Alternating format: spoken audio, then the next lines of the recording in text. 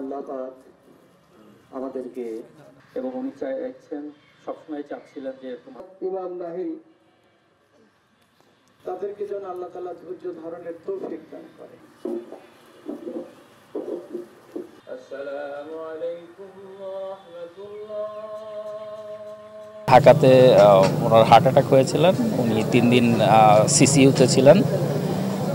গতকাল আজকে ভোর 3:30টার সময় উনি ইন্তেকাল করেন। তার প্রবন্ধ, তার কবিতা সমস্ত দেশকে আলোড়িত করেছে। সত্যিকার অর্থে যদি একটি সুশাসন প্রতিষ্ঠিত না হয় এবং দেশের ইনসাফপূর্ণ সমাজ প্রতিষ্ঠা না হয়, তাহলে মানুষের মুক্তি মিলবে না। সেই বিশ্বাস থেকেই উনি ইসলামের সঙ্গে কাজ করেছেন, ইসলামের পক্ষে কাজ করেছেন।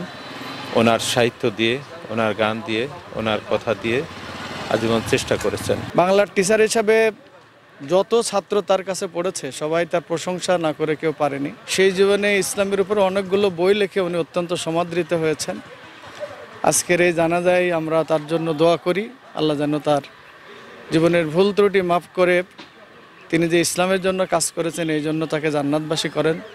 তার শোক সন্তপ্ত পরিবারের প্রতি যেন আল্লাহ তাআলা রহম করেন।